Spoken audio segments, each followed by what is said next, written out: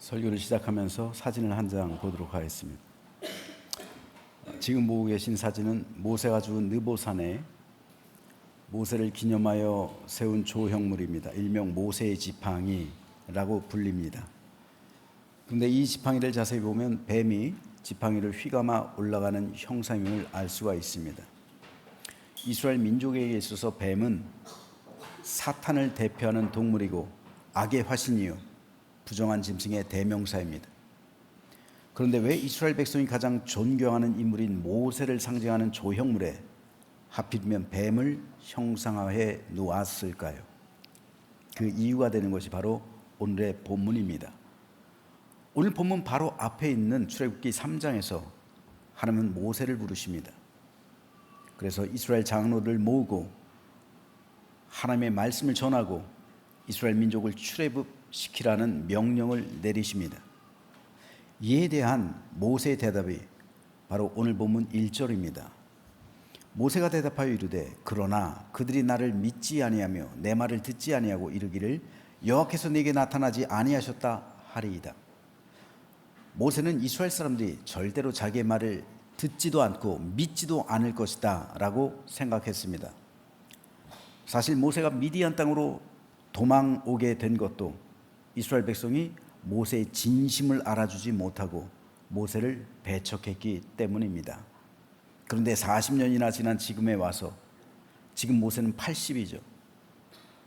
하나님이 나에게 나타나셔서 여러분을 출애굽시키라고 명령하셨습니다 라고 말한다면 그들이 모세 말을 믿겠느냐는 거예요. 그들이 목숨 걸고 그 일을 행할 수 있겠느냐는 겁니다. 아무도 내 말을 믿지 않고 여호와께서 너에게 나타나지 않았는데 네가 거짓말한다 라고 배척할 것이라는 것이 모세의 항변이었던 겁니다.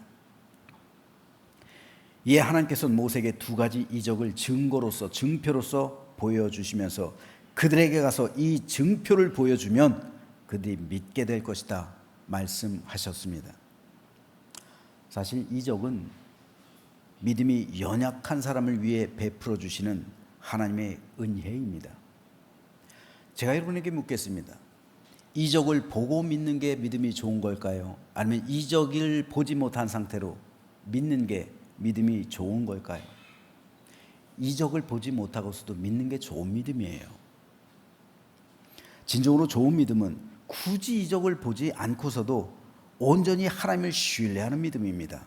하지만 대부분의 사람은 보지 못하고서는 도무지 믿지 못하기 때문에 하나님께서는 그런 사람을 위해서 은혜를 베풀어 주시고 이적을 베풀어 주시는 이것은 그렇기 때문에 하나님의 은혜예요.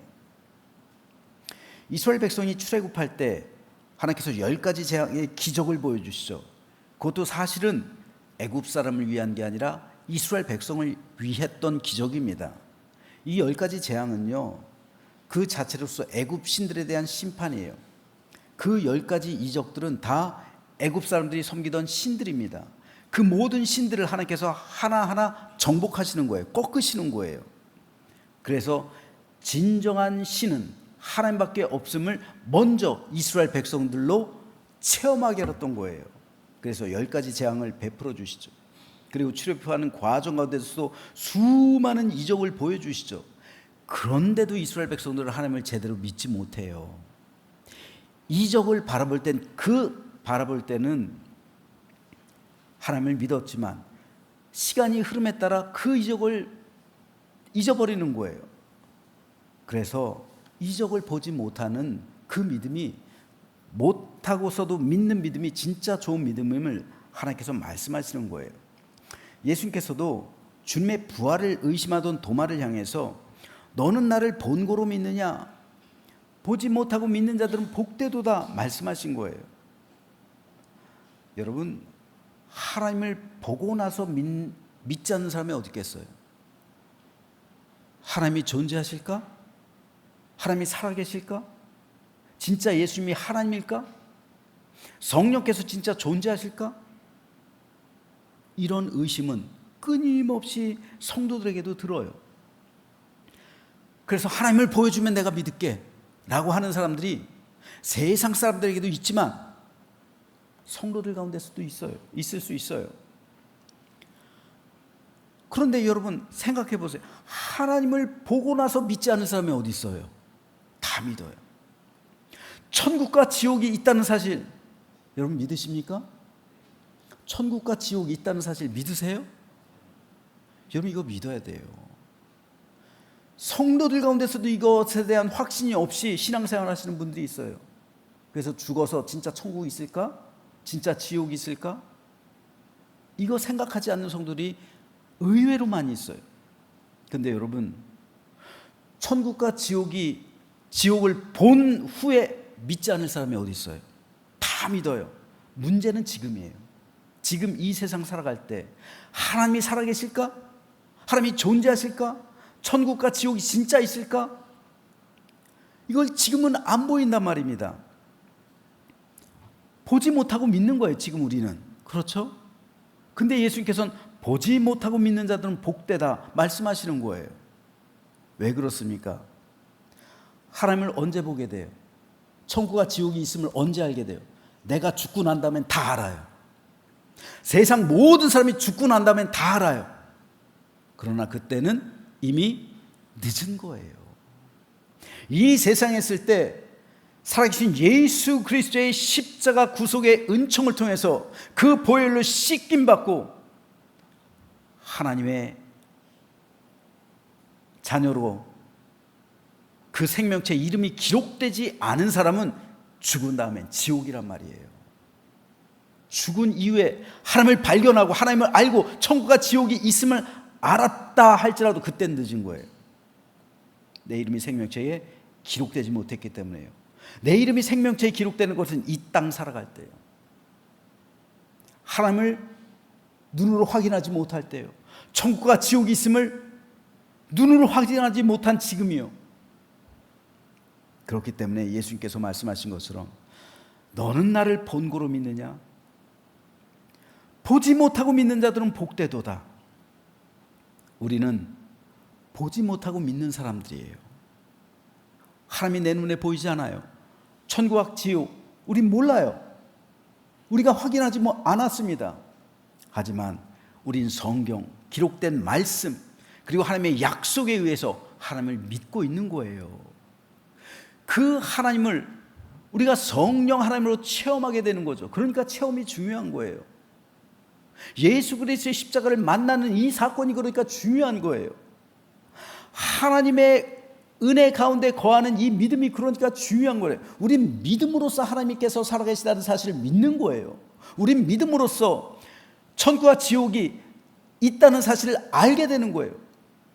그러므로 믿음으로 보지 못하고 믿는 자들은 복되도다 라는 이 말씀이 오늘 우리에게 임해서 우리 영혼이 생명체에 기록되고 우리가 하나님의 약속대로 구원받은 믿음의 백성이 되었다면 오늘 우리야말로 진정한 행복과 축복과 생명과 구원을 받은 주의 백성이 되었음을 믿음으로 고백하면서 하나님 앞에 온전한 예배로 나아가는 우리 모두가 되시기를 주님의 이름으로 축복합니다. 하나님께서는 오늘 본문에서 모세를 지도자로 부르셨어요. 하지만 믿음이 아직 모세에게 없었어요. 확신하지 못합니다. 그래서 하나님께서는 모세에게 먼저 두 가지 이적을 보여주시는 거예요. 그리고 이 이적을 이스라엘 백성들에게 보여주라. 그러면 그들이 믿게 될 것이다 말씀하시는 겁니다. 그 이적은 두 가지였는데 첫째는 지팡이가 변하여 뱀이 되는 이적이었고요. 둘째는 모세의 손에 나병이 생겼다가 회복되는 이적이었어요.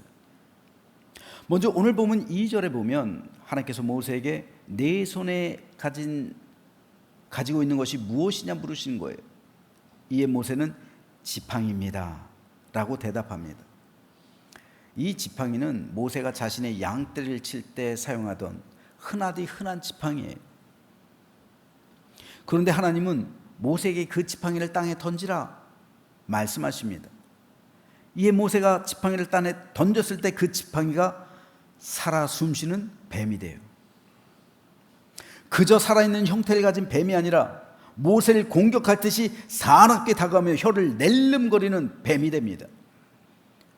오늘 본문 3절에서는 모세가 뱀 앞에서 피하매 라고 기록하고 있는데 히브리어 원어로 보면 모세가 깜짝 놀라서 잽싸게 그 뱀을 피해 도망했다라는 의미가 들어있어요. 여러분, 광야에 얼마나 뱀이 많아요. 뱀을 자두보던 모세조차 두려워할 정도로 그 뱀은 맹독을 가진 뱀이었을 겁니다. 아마도 코브라로 추정돼요. 왜인지는 조금 이따 말씀드릴게요. 바로 여기서 우리는 하나님의 구원 계획을 발견할 수가 있습니다. 왜 하나님께서 하필 지팡이를 맹독을 가진 뱀으로 변하게 하셨을까요? 사진을 한 장 보겠습니다. 지금 보고 계신 사진은 유명한 애굽 왕의 미라 투탕카멘이에요. 이마 정면에 뭐가 있습니까? 두 가지 동물이 있죠. 왼쪽에 있는 건 독수리예요. 그리고 오른쪽에 있는 건 뱀입니다. 특별히 코브라예요. 독수리는 상 이집트의 수호신이에요. 그리고 코브라는 하 이집트의 수호신이에요. 그러니까 두 개의 수호신이 있는 거예요. 파라오를 보호해주는 수호신이 두 개예요. 하나는 상 이집트의 수호신 독수리, 또 하나는 하 이집트의 수호신 코브라. 이로써 파라오는 투탕카멘이죠. 이 파라오는 상하 이집트를 다스리는 통일 이집트의 파라오라는 의미를 가지고 있는 거예요. 자, 이 중 코브라는 하 이집트의 수호신이에요. 즉 애굽은 뱀을 수호신으로 섬겼던 나라예요. 일설에 의하면 이집트의 마지막 파라오 여왕 클레오파트라를 끝으로 이집트의 역사는 끝이 나는 거예요. 그래서 바로가 없어져요. 마지막 바로예요. 마지막 파라오. 클레오파트라가 자살했다는 설이 있는데, 그 클레오파트라가 자살할 때 사용했던 도구가 바로 코브라였다고 해요. 코브라의 맹독, 코브라에 스스로 물려서 죽었다. 그렇다면 자신의 수호신으로 섬겼던 코브라, 그 코브라에 의해서 죽임을 당한, 그리고 이집트 역사가 막을 내려요. 이렇듯 코브라는 애굽을 상징해요. 따라서 모세 앞에 있는 뱀이 코브라였을 것이다 라고 추정하는 것이 바로 이 이유예요. 코브라는 애굽을 상징해요. 모세는 이 애굽이 두려워서 도망쳐 나와서 지금 40년 동안 광야에 있는 거잖아요. 방금 전에 지팡이가 뱀으로 변했죠. 깜짝 놀라서 모세가 그 뱀을 피해서 도망치죠. 마찬가지로 모세도 애굽을 피해 도망 나온 신세임을 하나님께서는 보여주시는 거예요. 뱀은 두려운 존재예요. 그 맹독으로 모세가 죽을 수도 있어요. 마찬가지로 모세에게 있어서 애굽은 다시는 가고 싶지 않은 장소예요. 그곳에 들어갔다가는 어쩌면 자기 생명을 잃을 수도 있어요. 하나님께서는 이걸 보여주시는 거예요. 즉 애굽과 뱀을 동일시하는 거예요. 뱀은, 이 코브라는 애굽의 수호신이기도 하고요. 지금 모세는 그 애굽에서 쫓겨나왔어요. 그런데 하나님께서는 뭐라고 말씀하십니까? 오늘 본문 4절에 보면 여호와께서 모세에게 이르시되 내 손을 내밀어 그 꼬리를 잡으라. 놀랍게도 하나님은 모세에게 뱀을 맨손으로 잡으라고 말씀하세요. 여기서 잡으라라는 말은 히브리어 원어로 아하즈인데요. 이 말은 꽉 붙잡다. PPT 6번. 꽉 붙잡다 혹은 잡아채다 라는 의미예요. 아주 격렬한 의미를 가지고 있는 단어입니다. 하나님은 모세에게 뱀을 손으로 꽉 쥐어 잡으라 명령하시는 거예요. 그런데 이 뱀이 어떤 뱀이라고요? 코브라. 물리면 한 방에 갈 수 있는 뱀이에요. 그런데 하나님께서 모세에게 이 뱀의 어디를 꽉 움켜잡으라고 말씀합니까? 꼬리. 세상에 죽기로 작정하지 않고는 꼬리를 살짝 터치하는 것도 아니고 꽉 쥐어잡는 사람이 어디 있어요? 잡으려면 머리를 꽉 잡아야죠. 온 힘을 다해 머리를 잡아야죠. 목을 잡아야죠. 그래야 살죠. 꼬리를 꽉 잡는 사람이 어디 있어요? 꼬리를 꽉 잡았다가 뒤돌아서도 확 공격할 수 있죠.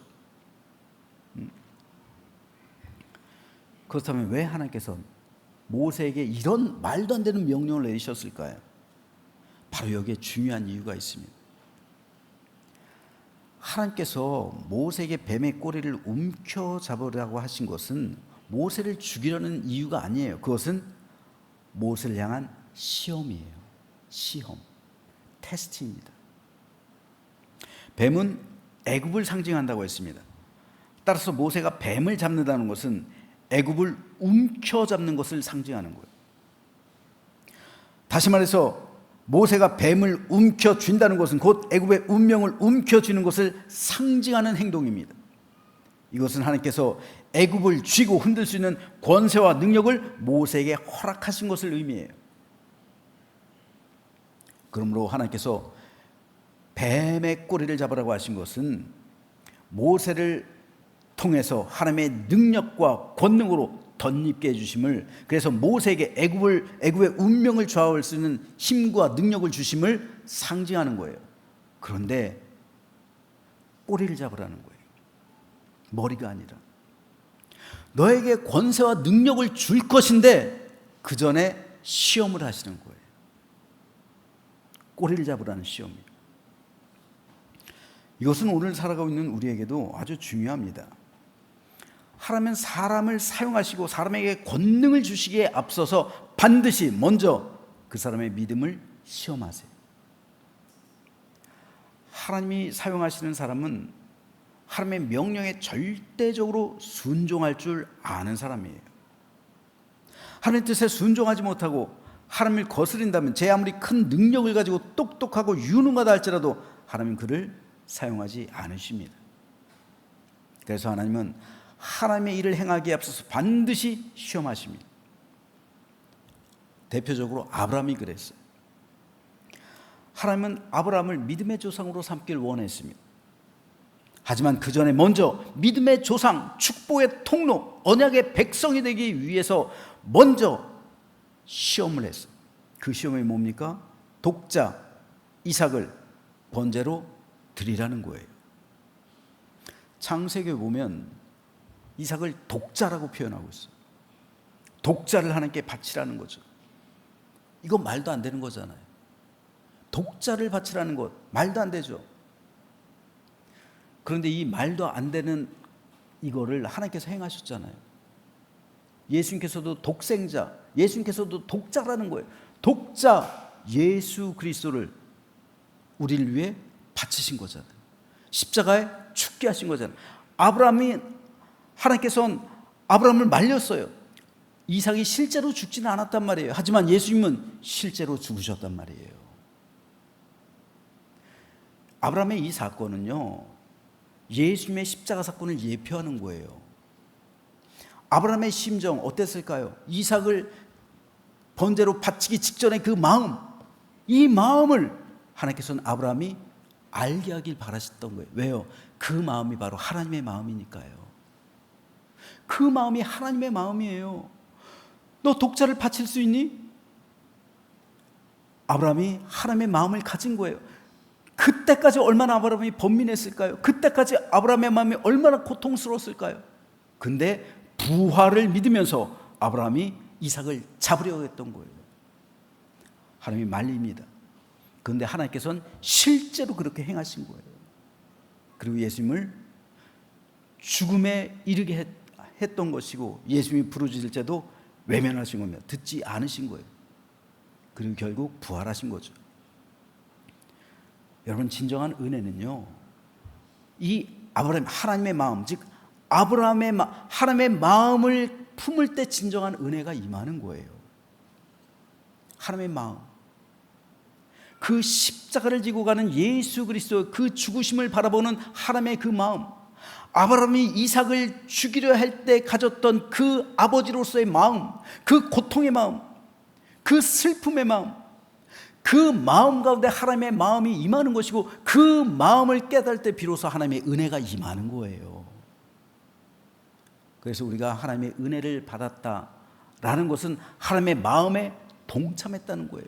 그 하나님의 마음을 느끼게 됐다는 거예요. 그 하나님의 은혜를 깨닫게 됐다는 거예요. 그 하나님의 은혜를 깨달으니까 어떻게 돼요?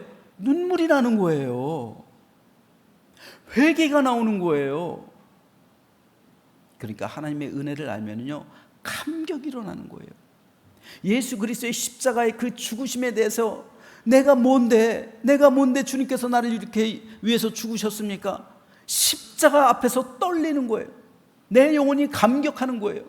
그래서 회개할 수밖에 없고요, 그때 눈물이 날 수밖에 없고 감격할 수밖에 없고요, 하나님의 은혜에 감사할 수밖에 없어요. 그때 하나님의 마음이 내 안에 임하는 거예요. 예수님의 그 십자가가 고통이 되는 거예요. 찢어지는 거예요. 그래서 내가 뭔데 나를 위해서 죽으셨습니까? 감격하는 거예요. 그 순간 은혜가 임하는 거예요. 그게 진짜 은혜입니다, 여러분. 그 은혜가 있는 사람은 평생토록 그 은혜를 잊어버리는 게 아니에요. 왜요? 그 순간 나의 신분은 바뀌는 거예요. 지옥 백성에서 천국 백성으로 살아계신 하나님을 만나는 거예요. 그래서 너는 본고로 믿느냐? 보지 않고 믿는 자들은 복되도다 라는 예수님의 말씀이 내 신앙 생활 속에서 체험되는 거예요. 따라서 오늘 우리가 하나님 앞에 나와서 예배를 하고 있다는 것은 그 하나님의 마음에 동참하고 있는 거예요. 이 시간 하나님의 마음, 그 마음이 우리 심령 가운데 충만히 임하게 되기를 소망합니다. 그래야 우리가 은혜를 받는 거예요. 그게 진짜 은혜입니다. 그래서 보지 않고 믿는 자들은 복되도다 라는 예수님의 말씀이 오늘 우리 믿음 가운데 현실로 체험되기를 주님의 이름으로 축복합니다. 그렇기 때문에 하나님께서는 아브라함에게서 이 하나님의 마음을 찾으신 거예요. 그 정도의 믿음이 있는 사람이 되어야 수천 년이 지나도 믿음의 조상이 될 수 있기 때문입니다. 오늘 본문에서의 모세 역시 마찬가지입니다. 중요한 것은 시험에 대한 순종이에요. 하나님 앞에서 내 생각 중요하지 않습니다. 내 상식 중요한 게 아니에요. 하나님은 아브라함에게서도 모세에게도 이걸 깨뜨리기를 바라시는 거예요. 이건 상식적인 게 아니잖아요. 어떻게 독자를 바치라고, 이거 상식적인 거 아니잖아요. 어떻게 뱀의 꼬리를 잡으라고요, 이거 상식적인 거 아니잖아요. 그런데 여러분, 하나님의 일을 하다 보면 내 생각과 내 상식과 맞지 않을 때가 너무나도 많아요. 마치 뱀의 꼬리를 잡으라는 것과 똑같아요. 독자를 바치라는 것과 똑같아요. 도무지 내 상식으로 내 생각으로 이해하지 못할 때가 있습니다. 바로 이때 사람의 생각이나 세상의 법칙이나 내 판단을 따르느냐, 아니면 하나님의 뜻에 복종하고 순종하느냐, 우린 여기서 선택해야 합니다. 순종은 굴복하는 거라고 했어요. 하나님께 항복하는 거라고 했습니다. 그러므로 하나님께서는 아브라함에게서도 똑같은 시험, 순종에 대한 시험이에요. 모세에게도 똑같은 시험, 순종에 대한 시험이에요. 내 생각과 내 판단, 세상의 법칙, 그것이 아니라 하나님의 말씀에 굴복할 수 있느냐, 하나님께 항복시킬 수 있느냐, 이것이 중요한 시험입니다. 바로 하나님의 권능과 능력은 이 순종을 통해 이 땅 가운데 임하게 되는 거예요. 그러므로 하나님의 종들은 순종의 사람이어야 하는 거예요. 아브라함이 하나님의 이 시험에 통과해서 믿음의 조상이 되죠.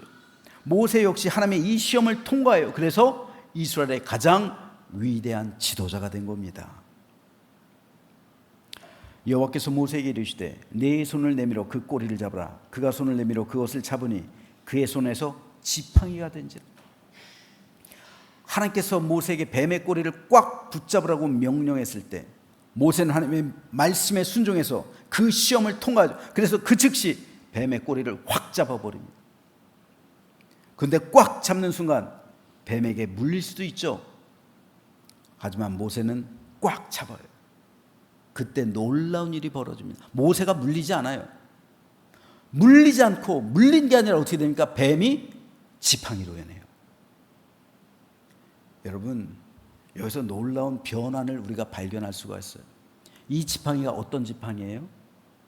전에 모세가 갖고 있던 지팡이예요? 전에 모세가 갖고 있던 지팡이는 뱀이 됐어요. 근데 그 지팡이를 꽉 잡았더니 다시 지팡이가 됐어요. 근데 이 지팡이는 어떤 지팡이입니까? 예전에 모세가 갖고 있던 지팡이랑 다른 거예요. 변화됨을 경험한 지팡이. 지팡이의 모습은 똑같지만 이 지팡이는 하나님의 능력이 임한 지팡이에요. 하나님의 생명이 임한 지팡이에요. 하나님께서 권능을 주시는 지팡이에요. 똑같은 지팡이가 아니라고. 지팡이의 모습은 똑같지만 이전에 갖고 있던 지팡이는 목자로서의 모세의 지팡이였고, 지금 이 지팡이는 하나님께서 모세에게 주신 능력의 지팡이에요. 지팡이의 차원이 달라진 거예요. 모세는 이때로부터 출애굽 40년 동안 한순간도 이 지팡이를 손에서 놓은 적이 없어요. 애굽에 10가지 재앙을 내릴 때도 모세는 이 지팡이를 사용합니다. 홍해를 가를 때도 이 지팡이로 행했고요. 반석에서 물이 나오는 기적을 행할 때도 이 지팡이로 쳤습니다. 똑같은 모양의 지팡이였지만 변화를 경험한 지팡이와 그렇지 못한 지팡이는 하늘과 땅 차이예요. 오늘 우리 역시 마찬가지입니다.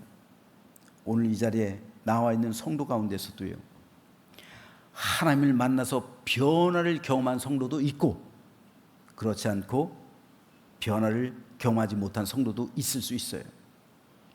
그런데 우리가 하나님을 경험하지 못하면 우리 인생과 신앙은 그저 마른 지팡이가 될 뿐이에요. 죽어 있는 채 사용되는 겁니다. 그냥 모세의 지팡이, 양을 치는 이 지팡이가 될 수밖에 없는 거예요. 사람을 칠 수가 없는 거예요. 하지만 변화를 경험한 순간 내가 너를 사람 낚는 어부가 되게 하리라 라는 말씀같이 예수님 손에 들려진 지팡이가 되는 거예요.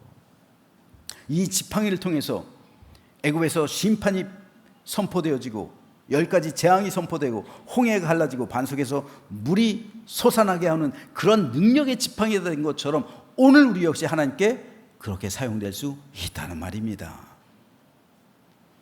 그러므로 우리가 예수님을 믿기는 하는데 아직까지 변화됨이 없다면 마른 지팡이와 같은 삶을 우리는 살아가고 있는 거예요. 하지만 변화됨을 경험할 때 놀라운 믿음의 역사가 그를 통해 일어나게 될 줄로 믿으시기 바랍니다. 감리교를 시작한 존 웨슬리는 옥스퍼드 대학 교수, 신성클럽의 리더, 목사, 선교사였습니다. 좋은 타이틀은 다 가지고 있어요. 교수였죠. 모든 학생, 신학생들의 리더였죠. 목사였죠. 선교사이기도 했어요. 하지만 그의 사역은 마른 나무 지팡이였어요. 아무런 열매도 없어요. 모든 하는 것마다 다 실패해요. 하지만 그가 예수님 만납니다. 올더스게이트 거리에서 성령을 체험하게 돼요. 변화돼요.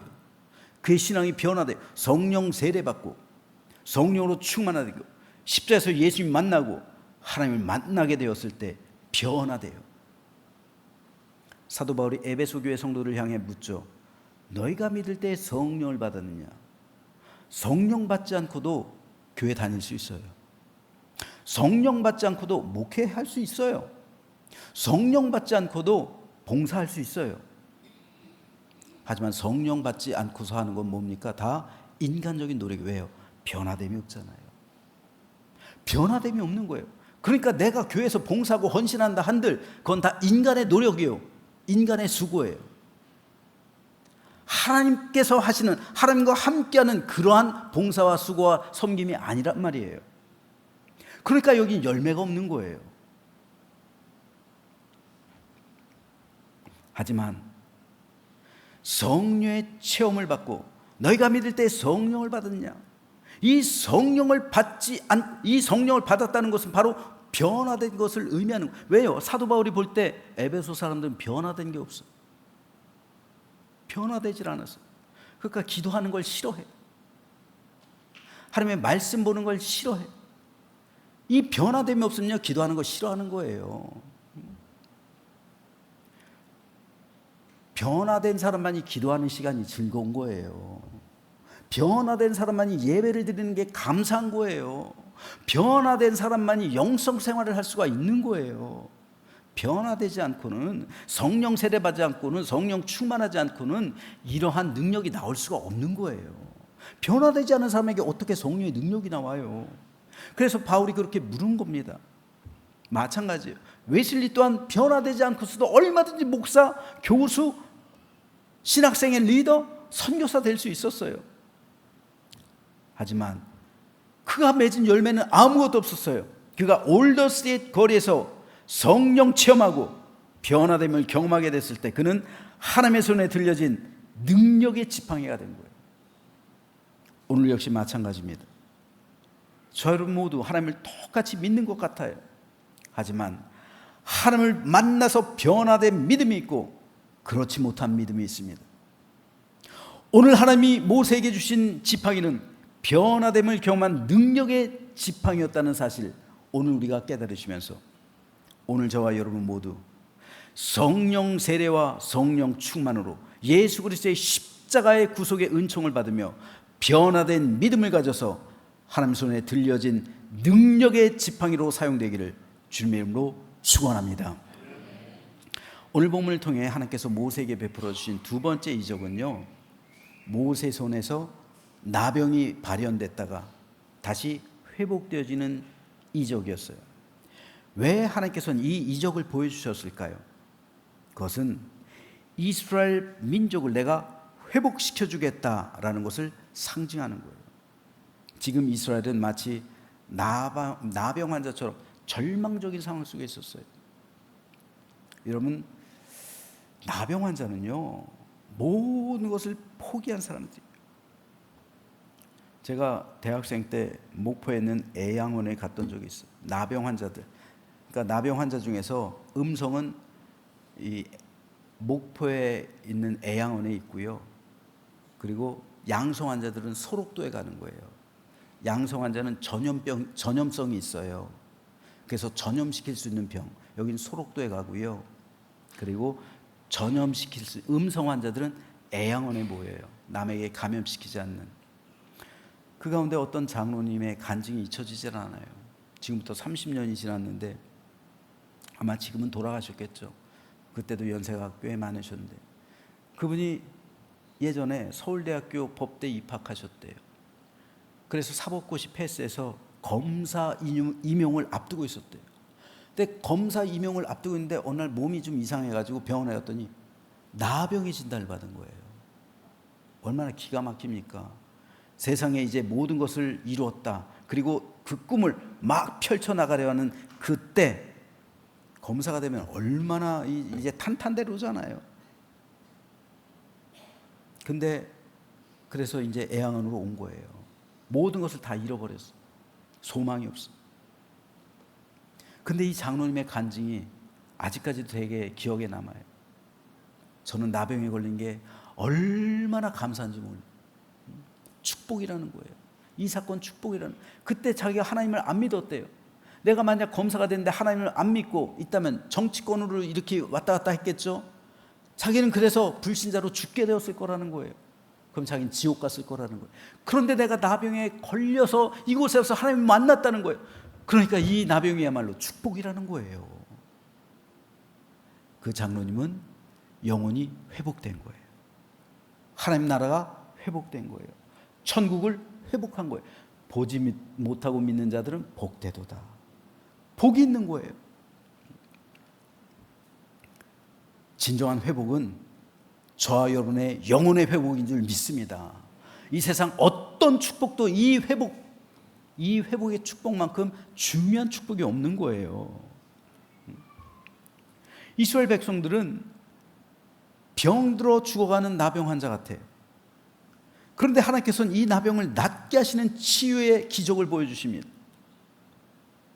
그래서 이스라엘 백성들, 내가 이렇게 회복시킬 것이다, 내가 이렇게 구원할 것이다 라는 것을 상징적으로 보여주시는 거예요.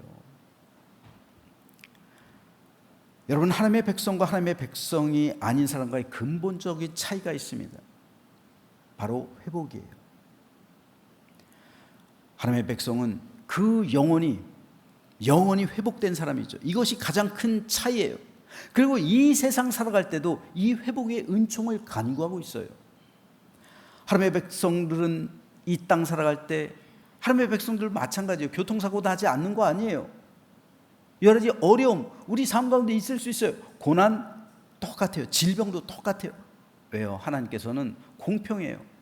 그러니까 공평하기 때문에 비도 해도 모든 것을 다 공평하게 불신자나 믿는 사람에 다 똑같아요. 그럴 때는 우리 그리스도인들도 이 세상에서 살아가고 있기 때문에 공평하게 질병도 없고 사고도 당하고 고난도 당하고 어려운 일이 생겨요.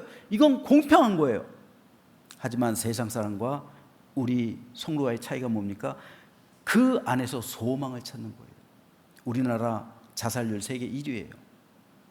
소망이 없기 때문에 그래요. 하지만 성도는 그 가운데서도 하나님께 나와 하나님의 회복을 간구하는, 이것이 차이점이에요. 그러면 이 시간 저 여러분 가운데 여러 가지 육신의 질병으로 아파하시는 성도가 있을 수도 있고요. 우리 가정 가운데 여러 가지 안 되는 일들이 있을 수 있고요. 여러 가지 고통 가운데 있을 수도 있습니다. 하지만 하나님의 회복의 은총, 하나님께서 구원하시는 그 은혜, 하나님께서 모든 거 건져주시고 고쳐주시고 치유하시는 그 은혜의 축복이 오늘 이 자리에 나와 하나님 앞에 예배하며 하나님께 간절한 마음으로 기도할 때 아무것도 염려하지 말고 다만 기도와 간구로 감사함으로 하나님께 아뢰라는 이 말씀 가운데 여러분의 삶 가운데 회복의 은총으로 임하게 되기를 주님의 이름으로 축복합니다. 그래서 오늘 하나님께서 두 가지 이적을 보여주신 것은 결국 우리를 향한 거예요. 그래서 하나님께서 능력의 지팡이로 우리를 사용하기를 원하시며 그 가운데 살아가는 모든 삶 가운데 회복의 은총을 우리에게 주시고 하나님의 일을 하는데 변화됨을 경험하는 모든 성도들 그 안에서 회복해야 하시고 치유하시고 모든 것을 건져주시고 함께하시고 능력으로 역사하신다는 사실을 믿음으로 고백하면서 하나님 안에서 참된 회복과 자유와 은총을 꿈꾸며 하나님의 놀라신 은혜를 체험하는 우리 모두가 되시기를 주님의 이름으로 축원합니다.